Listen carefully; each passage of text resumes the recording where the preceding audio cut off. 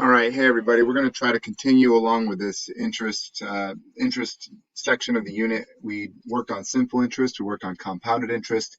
We've got to get through continuous interest today, so I'd like you to just take careful notes here, and we will fill in whatever gaps we need to when we're back together.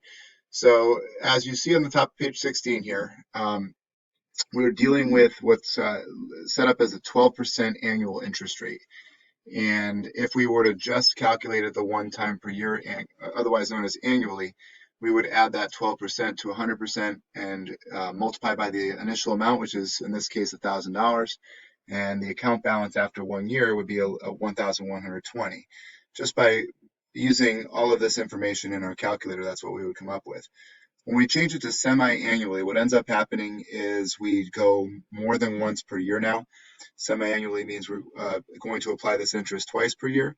And so that 12% rate becomes a 6% rate because we need to convert it to just a half a year instead of a full year. So if we apply it twice at 6%, that's equivalent to applying it once at 12% in terms of how much total interest there is. But what ends up happening in the calculation is, as we discussed last week, when we divide that rate by 2 and we use it within the exponential structure, that exponent becomes 2 to indicate the number of terms that we have applied the interest rate. So we're doing this compounding interest, and it comes out to a different amount than had we just compounded once at 12%. So 1123.60, and then when we go to quarterly, we would have a 4 times per year, which drops that interest rate down to 3%. And then we end up with a fourth power because we're doing quarters instead of semi-annually.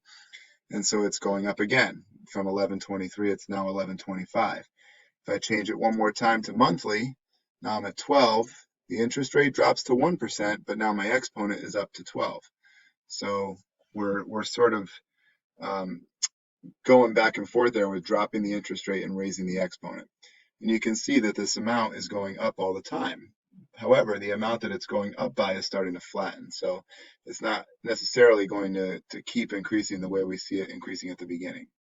So section 2 here, the dastardly accountant at the credit card company notices that they charge interest more frequently, they're earning more money. It's true, but not a lot. But if you do it to everybody, that little bit applied to everybody, they're thinking they could get pretty rich pretty quick here. So how frequently will they have to charge 12% interest in order for you to owe 1128? So we're at monthly now. If we go to weekly, and I'd like you to try to fill in some of this, but if we go to weekly, now we're at 52 times per year. If we go to daily, we're at 365 times per year. Hourly, 8,760. Minutely, which is not really a word, but it works here, 525,600. And so for each of those, you can see what the new rate would become. All right, if I start at 12 and I divide by the number of times per year, that's my new rate.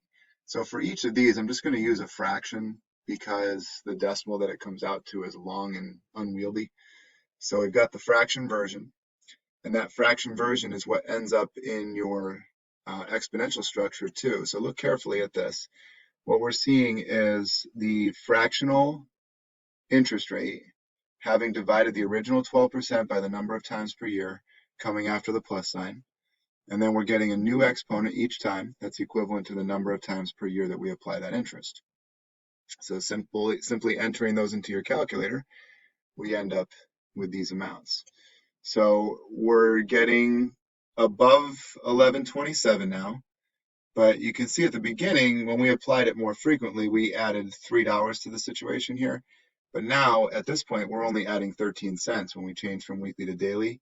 We're only adding 2.5 cents when we change from daily to hourly, and we're barely adding anything at all when we go from hourly to minutely. It's worth it to pause now and just make sure that you can enter those fractions, these exponential expressions into your calculator and get the same thing I did, just because they're a little bit more complicated than what we saw last week. So if just take a second to do that and make sure that you're getting the same thing. All right, so the accountant's upset. His tiny cold heart skips a beat.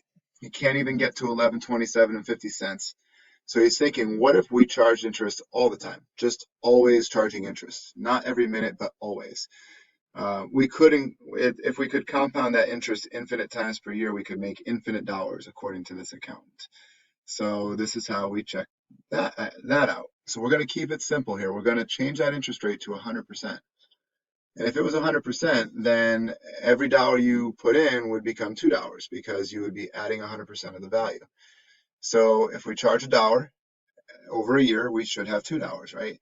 So the more frequent compounding, you can see this table, I'm going from 10 times to 1,000 times to 10,000 times, all the way up to 1,000,000 times per year. And I'd like to just explain this section real quick here. So what I'm doing is I'm taking that interest rate of 100%, right? That's what the 1 in the numerator is, changed 100% to a decimal. And I'm dividing it by the number of times per year that I'm applying it, and then raising it to that same power. So if I apply it 10 times per year, I would have a 10 in the denominator and a 10 in the exponent. And so that $1 would become $2.59 if I did this 10 times per year at 100% interest. Okay, now if I go to 1,000 times per year, we would expect that to be bigger because what we've seen is the more times we apply it, the better we get.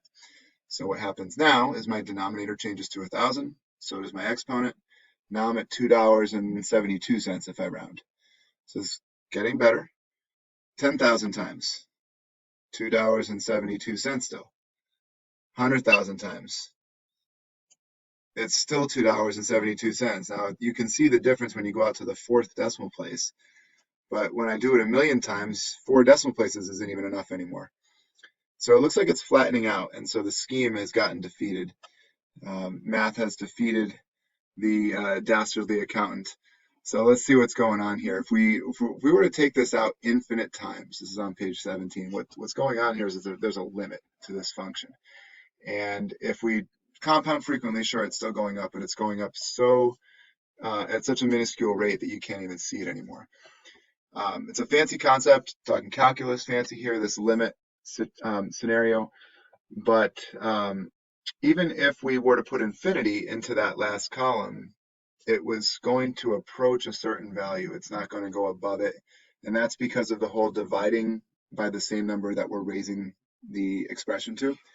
So to be sure that we, just so you can see what this is approaching on your calculator, if you were to type the E key, let me pull up my calculator here so you can see what I'm talking about. The E key is over here next to the 4. It's the second function of that 4 key. So if I just go, I'm going to go back out to my main screen here. Hang on a second. There we are. You can clear all that out. So if I use that E key, I want a second function, e to the x, and it's giving me a place to type an exponent. I'm just going to put a 1 in there. So e to the first power. And there's the value that we're getting, 2.7182818828. And that's what we got when we were expanding out to higher and higher numbers for x in that expression. So if you want to just go ahead and round that again, get the right page here for you, that'd be good. Yeah, if you wanted to round that to 3 decimal places, 2.718 is what we got there. As x were to approach infinity, that value is called e. We'll get to y in a minute, but that is, no matter how high we get with x, that's what we're going to approach. Let's look at it in graphing form. So if you go to your y equals screen and you type 1 plus 1 over x to the x power, let's set the x and y mins both to 0 because we're talking first quadrant values as usual with exponential functions. And the x max should be at 100, the y max at 5. So it's not a very tall graph, but it's going to be fairly wide. So I'm going out to my y equals screen. You can check that you entered it right. This is kind of an older version, so I'm not making a fraction there, but you'll have a 1 over x looking a little bit nicer on yours.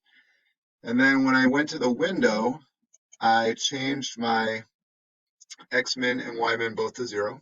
My x max is at 100, my y max is at 5. And here's what the graph looks like. So it is going up, but it's going up so gradually, and it approaches this 2.71 value, which you can sort of see. I'm just below 3, and the farther out it goes, the closer it gets to that imaginary line at 2.71. All right. So let's summarize that with a quick sketch. And you can sketch that line starting on the y-axis and going out and approaching approximately 2.71. And just make a note to yourself as x gets bigger, y increases very gradually toward a value that's about 2.71. All right, so it's an irrational number because there is no pattern to the decimal that you get here. So just like the number pi, it continues on indefinitely and doesn't really ever develop a pattern to it. So we talked about that e to the x button. If you wanted to do, you could use e as a base for any exponent really, and you just enter whatever number you want when you use that e to the x button. So there's the 9 decimal place version of it. It's called a constant, so e is used in situations that involve continuous growth. So this is if we don't know, we're not setting it up to be weeks or hours or months or any other kind of finite time. We would be looking at growing continuously. And we're seeing this happen in biology. We see it happen in things like city engineering, population growth kind of calculations. You will see it in other aspects of science, like determining half-lives. But we'll see it in banking as well, and that's where we're going to be focusing here. So the formula that we're going to use for compound growth, and this is the final summary here, we'll be working with this going forward. If you are taking an amount and putting it into a bank account that is being compounded continuously, and the key word there is continuous. You have to see this word continuous, otherwise it does not apply. What we're going to do is instead of using a base of 1 plus 1 plus r over n, we're using the whole e formula here instead. So we use the principal still, we still have the account value, and then we're going to multiply by e raised to the RT power. So let me give you a quick example of this so you can see how it would look. So let's say that it's a 4% rate compounded continuously for 3 years. What I would do, and let's call it $500 deposit, all right? What I would do is enter those values in, so it's going to be 500. E is a constant, so E is going to stay there every time. And then in my exponent, I would take that 4% and write it as a decimal, so 0.04, and then times 3 for 3 years. And your calculator can handle all this at once. Just type the 500, type the e to the x key, and enter this into your exponent. But remember, this is only for continuous. If you don't see the word continuous, use the formula that we used last week, and you should be good. All right, so I'd like you to work together, or individually if you want to, but together on page 18, using this formula P equals e to the RT, or some people like to call that PERT, just to help make it easier to remember. And try your best on page 18. The assignment for you to complete individually is page 19, but do your best to complete page 18 during this class period.